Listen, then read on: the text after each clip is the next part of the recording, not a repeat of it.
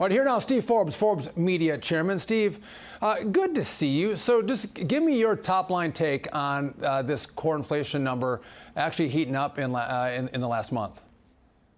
Well, it simply goes to show that the Biden administration is living in la-la land, and the idea that their spending is going to bring it down is preposterous. The only thing that's going to bring it down is a depressed economy. And by the combination of the tax increases, the regulations you're getting from this administration, plus the Federal Reserve determined to put this economy in recession, you're going to have hard times ahead. So prices will come down because businesses are going to be going out of business and people aren't going to have the wherewithal to buy more stuff.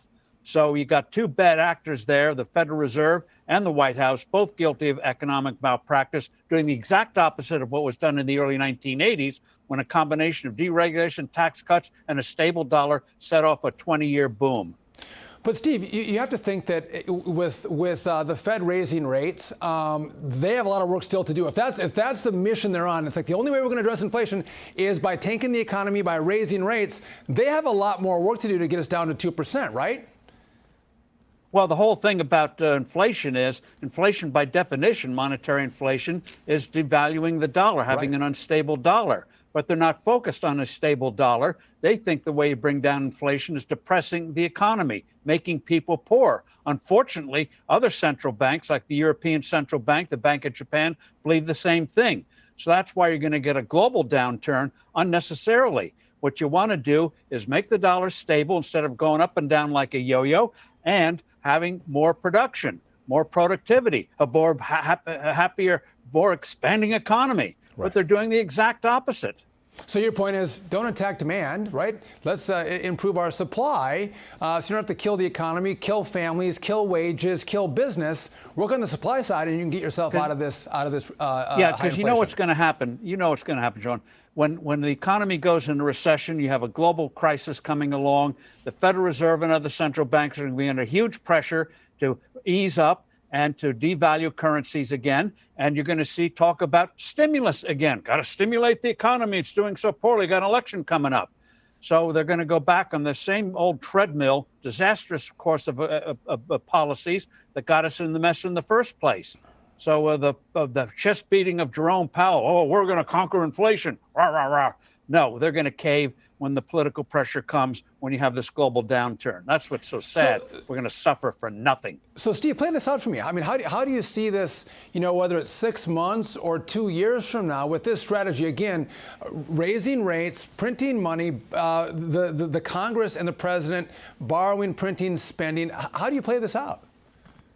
Well, it's going to depend in part on what happens in November. If the Republicans get control of Congress, that'll put at least some brake on the spending. But next year, as the economy gets in real trouble, with prospects suddenly looking at 2024, when you have Europe tanking, China's in trouble, Japan's going to have very real troubles. Their national debt is twice ours proportionately. The pressure's going to be on, do something. People are suffering. So you're going to hear a lot of pressure on Congress, and the Federal Reserve is going to be under a lot of pressure to back off. And I don't think so they don't know what they're doing. The White House doesn't know what it's doing.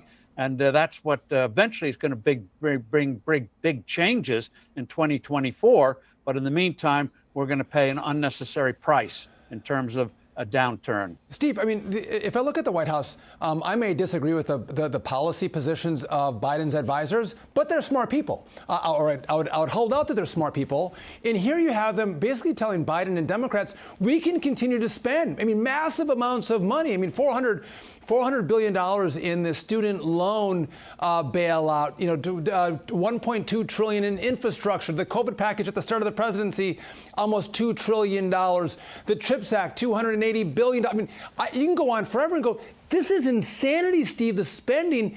Aren't there any smart people like Steve Forbes in the White House to go, whoa, whoa, whoa, whoa, whoa. This is really bad for the economy, and it's going to have really negative consequences for Americans who we claim we want to help? Well, the thing is, it's the way they've been taught their economics. They've been taught that government spending stimulates the economy, not realizing where does the government get the resources to spend? Government doesn't create those resources. The private sector creates those resources. So if you don't have those resources, how do you spend? You do it by printing money. And so you have these very smart people. I'm sure their IQs can boil water, but when it comes to judgment, when it comes to judging how the real world works, they're absolutely oblivious. And we see it with the Federal Reserve printing money last year to fairly well when clearly the COVID crisis, the worst was over. They used gimmicks to try to keep some of that money out of the economy. And now today, they're going from weakening the dollar to over strengthening the dollar, putting up, artificially raising interest rates. And so you just have to shake your head. How can so many smart people be so wrong? But they all reinforce each other. That's the problem. They're in bubble land. I mean, Steve, isn't this a little trick? I'm not going to raise your taxes. I'm not going to raise taxes on, the average American or even wealthy Americans. What I'm going to do is I'm going to print money. And by printing money, I'm going to devalue the currency. So it's a hidden tax because your dollar goes less far. And again, the rich guys can afford it, but the middle class and poor Americans are getting crushed with this devalued dollar, this inflation that doesn't allow them to actually fund their lifestyles. Well, that's right. And inflation is the biggest hidden and most hideous tax of all because people don't understand what in the world is going on. Why are these prices going up? So my wages go up 5, 8, 10%, but prices are going up 10, 15, 20%. And so it also breeds a bad political environment.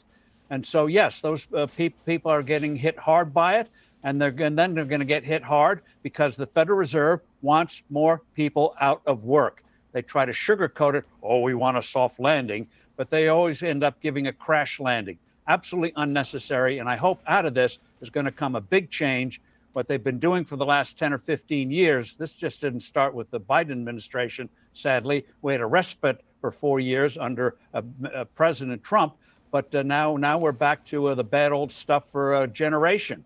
I think you're going to see a big change coming in 2024, the likes of which we haven't seen since Ronald Reagan and the early 1980s. Steve, I spent almost 10 years in Washington, D.C., and to answer my own question, you see some really smart people with a lot of different degrees from some of the finest institutions, and they had some of the dumbest ideas that didn't have any common sense behind them that actually hurt the average people that most members of Congress were elected to serve. It hurts them the most, and it's incredibly frustrating, to your point, on how bad this has been for the average American and the American economy.